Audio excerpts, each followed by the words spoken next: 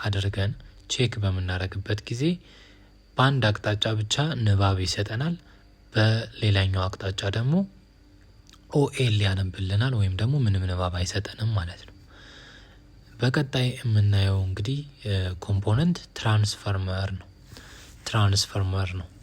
ትራንስፈርመር እንግዲህ ኤሲ ኮምፖነንት ነው።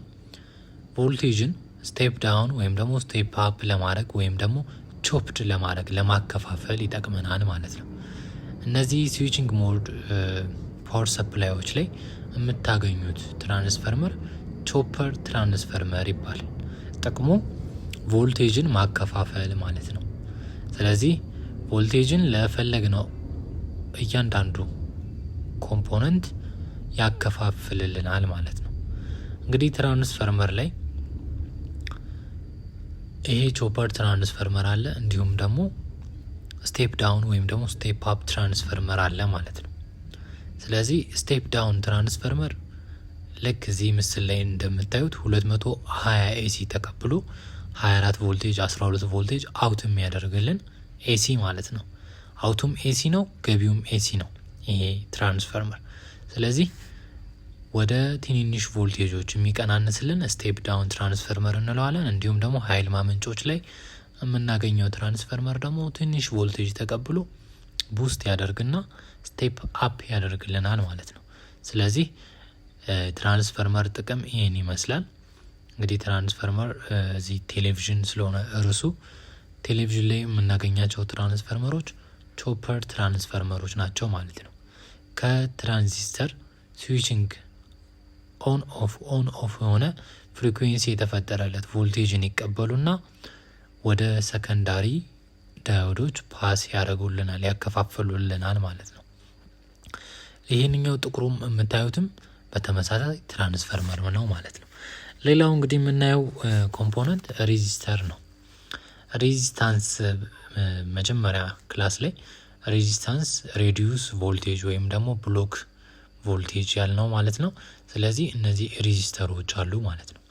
ሬዚስተሮችንም እንግዲህ በቲኤችቲ እናገኛቸዋለን፣ እንዲሁም ደግሞ በኤስኤምዲ እናገኛቸዋለን ማለት ነው። ስለዚህ ሬዚስተር ላይ እንግዲህ ይሄ የምታዩት ከለር ኮድ አለ። ይሄ ከለር ኮድ የራሱ የሆነ ቫሊዩ አለው ማለት ነው። ምን ያህል ሬዚስታንስ ቫሊዩ አለው የሚለውን ይሄ ከለር ኮድ ያሳየናል ማለት ነው። ይህን ከለር ኮድ በቀጣይ ክላስ ደግሞ እንዴት እንደምናሰለው አሳያቸዋለሁ ማለት ነው።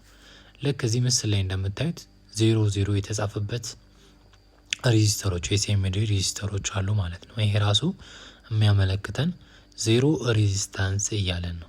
ልክ እንደ ፊውዝ ነው የሚያገለግሉን እነዚህ 0 ሬዚስተሮች። እንዲሁም ደግሞ ምንም ጽሁፍ ሳይኖርባቸው በትንንሽ ጥቃቅን ሆነው ሙሉ ብላክ ሬዚስተሮች አሉ። ስለዚህ እነዚህም ኤስኤምዲ ሬዚስተር ይባላሉ ማለት ነው። የሬዚስተርን ጥቅም እንግዲህ ሬዚስታንስ የሚለው ላይ አይተናል። ሌላው የምናየው ኮምፖነንት እንግዲህ የሚሆነው ምንድን ነው?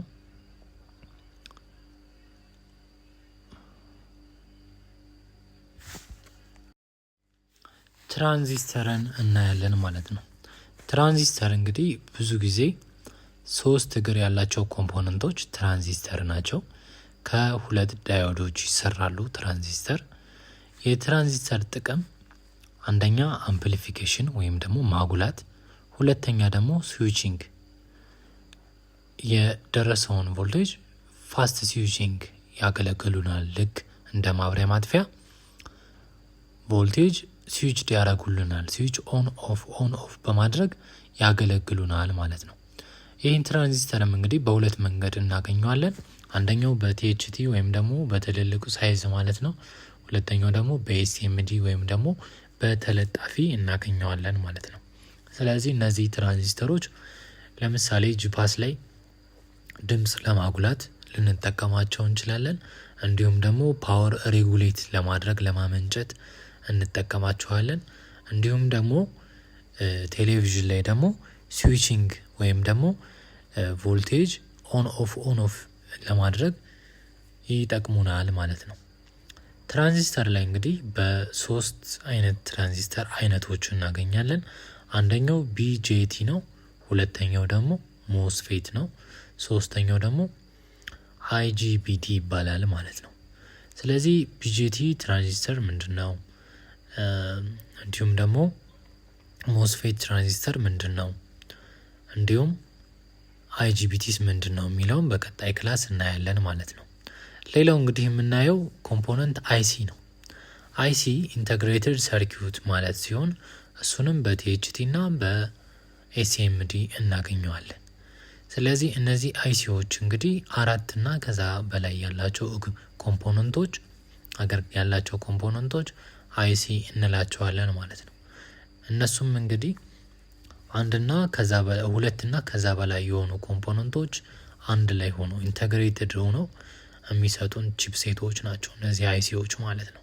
ስለዚህ ኦዲዮ አምፕሊፋይ ለማድረግ ፓወር ሬጉሌት ለማድረግ ስዊቺንግ፣ እንዲሁም ደግሞ እንደ እነዚህ ሲፒዩ ኢፕሮም የምንላቸው በሙሉ እነዚህ አይሲ ናቸው ማለት ነው።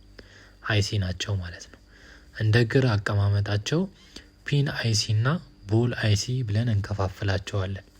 ፒን አይሲ የምንለው ልክ እዚህ ጋር እንደምታዩት እግሩ ወደ ዳር ይወጣ ያለው ፒን አይሲ ሲባል፣ እግሩ ደግሞ የማይታየውና እግሮቹ ዘው አይሲው ጋር ክብ ነው የተቀመጡት ደግሞ ቦል አይሲ ይባላል ማለት ነው።